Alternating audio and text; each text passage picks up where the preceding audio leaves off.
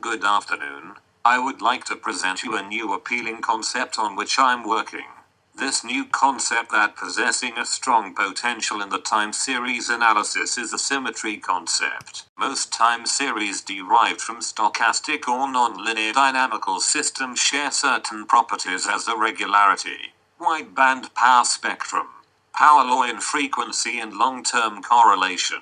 As such, time series are of complex nature. An interesting challenge might be to catch this complexity through invariants. Most invariants come from three interconnected theories: the chaotic theory of dynamical systems, where the recurrence notion has a key place; the geometrical theory, where the fractal framework is the most well-known; and the information theory, where the concept of entropy encompasses a wide variety of invariants. From our point of view, the recurrence concept through the correlation integral is central in the development of complexity descriptors.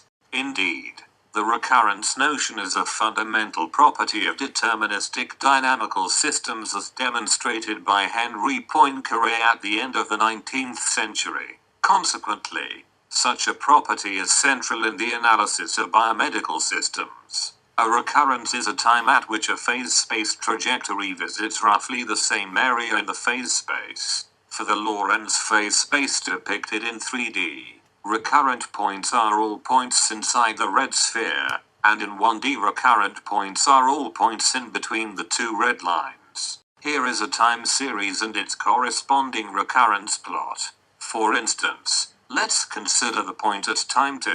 And let's find points corresponding to recurrences, as depicted in the two figures. Points at time 5, 9 and 16 are points in between the two red lines, so they are recurrent. The recurrence plot is obtained by sweeping all points in the time series. As you can see, specific patterns appear in the recurrence plot, as for instance diagonal segments. From these patterns, one can calculate descriptors such as the recurrence rate, divergence, and so on. Descriptors derived from the recurrence quantification analysis can be used to quantify different levels of complexity, as for fractional Brownian motion. By varying the Hurst exponent characterizing FBM, it is possible to quantify different levels of complexity of fractional Brownian motions. The lower the Hurst exponent and the higher the irregularity, as depicted in that plots. Each recurrence descriptor decreases from 1 to 0 as the Hurst exponent increases. Therefore, such descriptors can be good alternatives to complexity descriptors as the Lyapunov exponent or the fractal dimension. As comparison, similar results can be obtained from the similarity entropy and the Limp-Lz complexity. Note that for Lz complexity, the x-axis is reversed. Move back to the recurrence concept and note that corresponding recurrence descriptors can be biased by the presence of false recurrent points. True recurrent points are represented by black dots and false recurrent points by gray dots. Although sojourn points seem to be undesirable, Marwan et al. In 2009 showed that such sojourn points can help to detect chaos transitions in low-dimensional dynamic systems. By reconsidering true and false recurrent points, it appears to me that such points are symmetrical points. True recurrences correspond to vertical translations and false recurrences to vertical reflections. This finding leads me to go deeper in the study of symmetry concept. Now, move on to the symmetry world and note that an object is symmetrical if after mathematical operations it coincides with itself. Such operations that leave patterns unchanged can be isometries, that are transformations conserving lengths. For isometries are necessary to describe time series. There are isometries of first kinds as the translation and the glide reflection, and isometries of second kinds as the vertical reflection and inversion. Applied to time series, global and local symmetries can be detected since isometries operate point by point.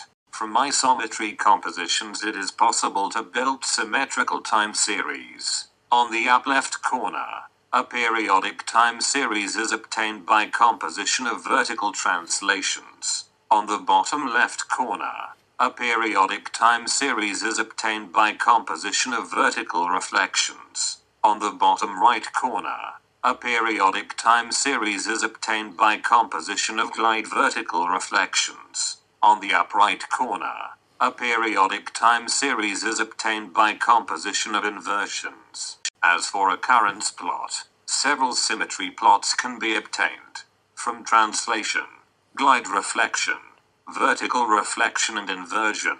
4 symmetry plots can be proposed. Note that the symmetry plot based on translation is equal to the standard recurrence plot. As an illustration, let's take a periodic triangular time series of period 1 second.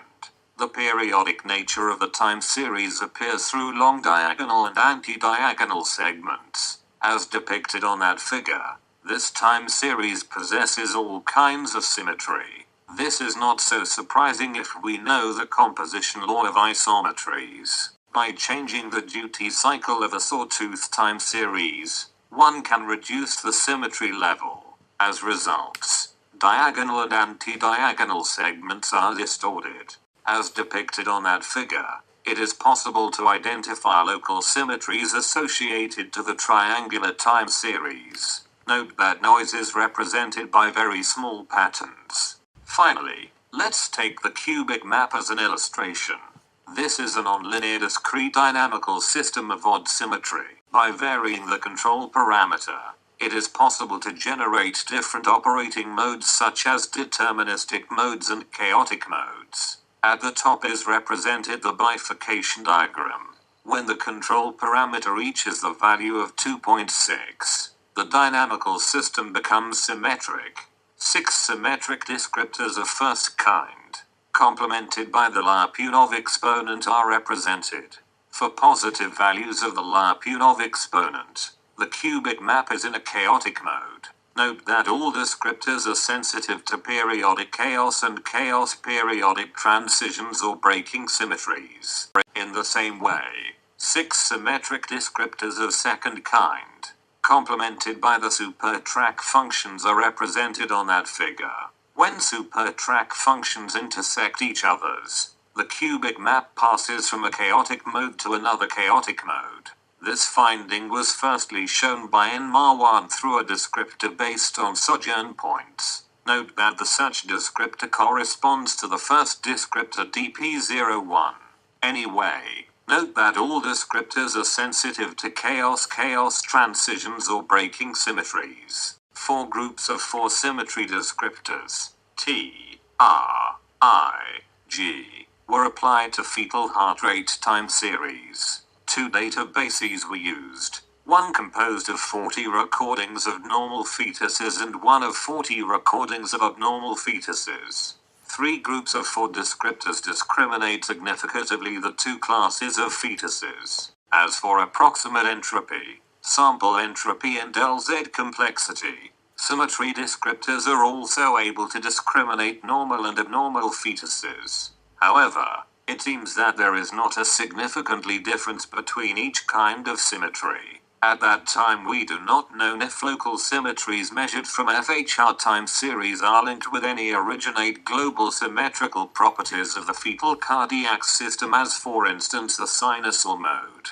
This is an open question that deserves to be investigated. In conclusion, new descriptors were proposed to describe the complexity nature of time series. These invariants can be sensitive to symmetry properties of dynamical systems or time series, can detect different kinds of transitions such as periodic chaotic, chaos, can detect different kinds of symmetry breaking, and can help to discriminate normal and distressed FHR time series. Thank you for your attention, and if you have any questions, don't hesitate. Ask me.